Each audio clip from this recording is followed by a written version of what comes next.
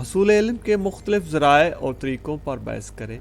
اب جو ہے ہم تمام ریسورسز آف نالج کو اردو میں ڈسکس کر دیتے ہیں تاکہ جن اسٹوڈنٹس نے اردو میں پیپرز کو اٹیمپٹ کرنا ہے ان کے لیے آسانی ہو جائے۔ تو تحقیق علم دراصل تصدیق شدہ علم ہوتا ہے، اور جب بھی کوئی چاہے وہ اس کی تصدیق کر سکتا ہے۔ اللہ تعالیٰ ہمیشہ جو ہے انسان کو عقل و شعور دیتا ہے، اور انسان ہمیشہ اس جدوجہد میں مصروف رہتا ہے کہ وہ اپنے ارد گرد تمام واقعات کو دیکھے، سمجھے، پرکھے اور پھر اپنے تجربے کی بنیاد پر علم کو آگے بڑھائے۔ اور وہ کون کون سے ذرائع ہیں، وہ کون کون سے ریسورسز ہیں جس کو استعمال کرتے ہوئے انسان اپنی صلاحیتوں کو مزید آگے بڑھاتا ہے، وہ اسی طرح رسم و رواج، اتھارٹیز، ایکسپرٹائز، اوپینینز، میجک، ذاتی پرسنل ایکسپیرینس اور سائنس کے ذریعے، سائنٹیفک اپروچ کے ذریعے انسان ہے اپنے علم کو بڑھا سکتا ہے۔ اب sense of perceptions and experiences کیا ہے؟ انسان کی جو سینس آف پرسیپشنز ہے اللہ تعالیٰ کی طرف سے نیچرلی نعمت ہوتی ہے، جو کہ انسان استعمال کر کے اپنے علم کو آگے بڑھاتا ہے۔ اور آج بھی جو ہے، آج تک جتنی بھی ترقی ہوئی ہے اس ماڈرن دور تک، انسان نے اپنے تمام حسی اعضاء کو اور اپنے صلاحیتوں کو اور ذہانت کو استعمال کر کے ہی جو ہے اپنے علم کو بڑھایا ہے۔ سینس آرگنز جو ہیں روزمرہ زندگی میں مختلف امور کو سر انجام دینے کے لیے بڑے اہم کردار ادا کرتے ہیں، بلکہ اس کے بغیر جو ہے علم کو آگے بڑھایا ہی نہیں جا سکتا۔ تو اس پیراگراف کو آپ دیکھیے گا۔ اس کے بعد یہ بھی ایک بات حقیقت ہے کہ سینس ادراک کے ذریعے ہی ممکن ہو سکتا ہے کہ روزمرہ کی زندگی کے دوران تجربات بھی شامل ہوتے ہیں، اس لیے جو علم حاصل کیا گیا جو ہے سینس آرگن سے بڑا پروفاؤنڈ ہوتا ہے۔ مثال کے طور پر ایک ماہر تعلیم اور ماہر نفسیات جو ہے سائنس کے ذریعے جو ابتدائی علم حاصل کرتے ہیں اس کو بار بار مشق کرنا بہت ضروری ہوتا ہے تاکہ جو ہے اس کو ہم پرفیکشن کر سکیں، علم کو جو ہے جو سینس آرگن سے لیا گیا اس کو ہم پرفاؤنڈ کر سکیں۔ اس لیے ضروری ہے کہ بحیثیت استاد جب آپ بھی جو ہے مشق کو جو ہے امپورٹنٹ کر ڈالتے ہیں تو مشق انسان کو مکمل بناتے ہیں۔ Practice made a man perfect, اسی مقولے کو عمل دراز کرتے ہوئے انسان کو چاہیے کہ جو بھی اپنے سینس آرگن کو استعمال کرے وہ اس کی بار بار مشق کرے تاکہ جو ہے ایک پرفاؤنڈ جو ہے علم جو ہے وہ کنکلوژن کے اوپر پہنچ سکے۔ ٹریڈیشن کیا ہے؟ اس پیراگراف میں ٹریڈیشن کی بہت وضاحت کی گئی ہے، تو آپ نے اس کو دیکھنا ہے۔ کو رسم و رواج جو ہے انسان کی بیسکس ہوتے ہیں، رسم و رواج صدیوں جو ہیں چلے آ رہے ہوتے ہیں، ٹریڈیشن، کسٹمز، مذہبی کتابیں جو کہ ہماری نبیوں سے لے کر جو ہے آج تک انسانوں تک پہنچی ہیں، وہ تمام سورسز جو ہیں یہ انسان کے علم کو بڑھانے کے لیے بڑا ہی بیسک جو ہے وہ ذرائع پیش کرتی ہیں، جن کو پڑھ کر جو ہے انسان جو ہے اپنے علم کو آگے بڑھتا ہے اور رسم و رواج کو پر عمل کر کے نسل در نسل جو ہے انسان اپنے رسموں کو آگے چلاتا ہے۔ اتھارٹی کیا ہے؟ اتھارٹی شخصیت یا اپنے مخصوص علم میں ماہر شخصیت ہوتے ہیں، مستند یہ لوگ ہوتے ہیں، اپنے علم میں ماہر ہوتے ہیں، ایکسپرٹیز ہوتے ہیں، ماہرانہ تجربہ رکھتے ہیں کیونکہ انہوں نے اپنے تجربے کی بنیاد پر اپنے علم کو پرکھا ہوتا ہے اور وہ ان تمام مشکلات و واقعات سے پہلے نظر انداز ہو چکے ہوتے ہیں جو کہ ان زندگی میں، اور پھر وہی اپنے تجربے کو آگے وہ منتقل کرتے ہیں۔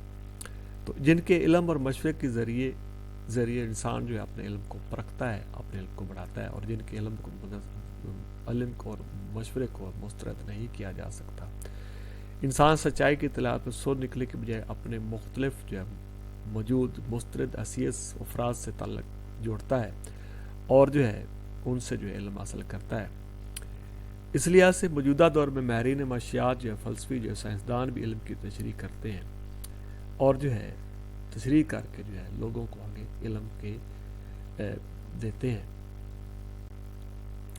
تو ماہرین کی رائے جو ہے ایکسپرٹ اوپینین بھی جو ہے بڑا ہی مین سورسز آف رائے ہے. بعض اوقات کسی بھی شخص کی علم تلاش ماہر میں اس کی رائے طلب کرتا ہے کیونکہ وہ ماہر شخص علم تربیت تجربے کی بنیاد پر ایک دوسرے افراد سے اعلیٰ بہتر ہوتا ہے.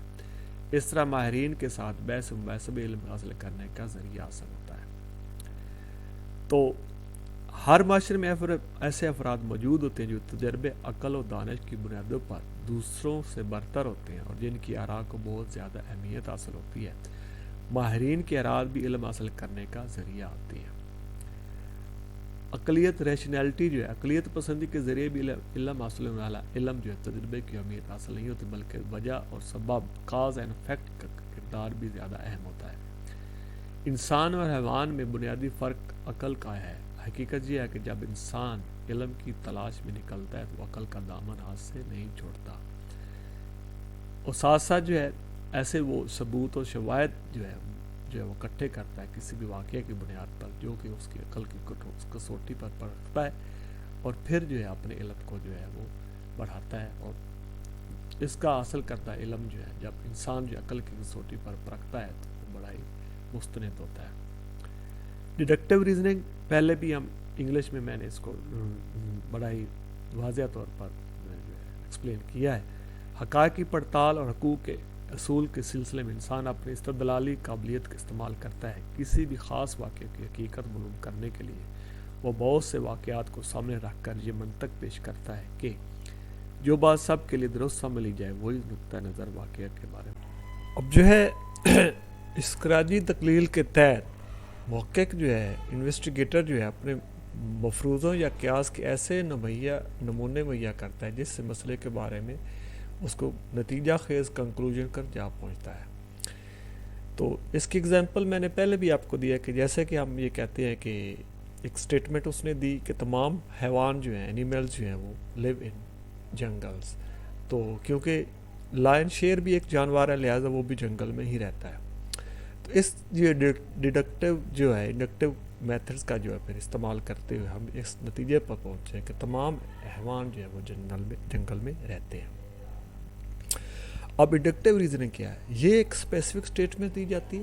اس کو پہلے بھی بیان کیا جیسے کہ میملز کے بارے میں ایگزامپل سے واضح کیا گیا کہ میملز کے لنگز ہوتے ہیں کیونکہ کاؤ یا گوٹ بھی میملز ہے اس لیے تمام کاؤز یا گوٹس کے لیے وہ بھی لنگز پر ان کے بھی لنگز ہوتے ہیں.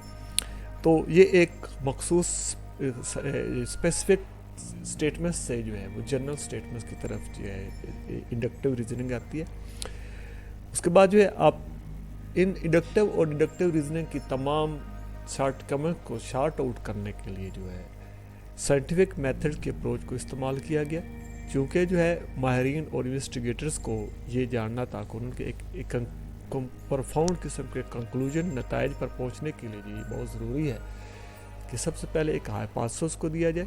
ہائپوتھیسس کو جو ہے پھر جو ہے دیکھ کر اس جو مفروضے کو غلط ثابت یا صحیح ثابت کر کے جو ہے ہم ایک ایسے ریزنز اور ایسے کنکلوژن پر پہنچے تاکہ جو ہے ہم ایک پرفاؤنڈ اور پرفیکٹ جو ہے وہ نالج کو گین کر سکیں.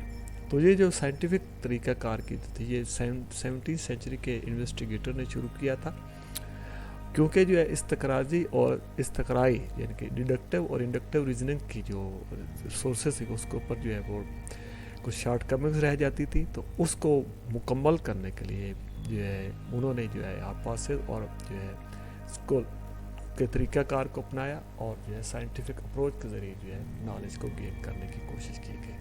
تو اس کو میتھڈ کو کہتے ہیں scientific method approach for the gaining knowledge. Okay جی. تو ڈیئر اسٹوڈنٹس یہ تھی آپ کی جو ہے یونٹ نمبر 1 کے important question resources of knowledge.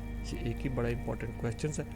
تو اگر آپ کو میری یہ ویڈیو پسند آئی ہے تو اس کو لائک کریں شیئر کریں اور سبسکرائب ضرور کر دیجیے گا. السلام علیکم ورحمۃ اللہ وبرکاتہ.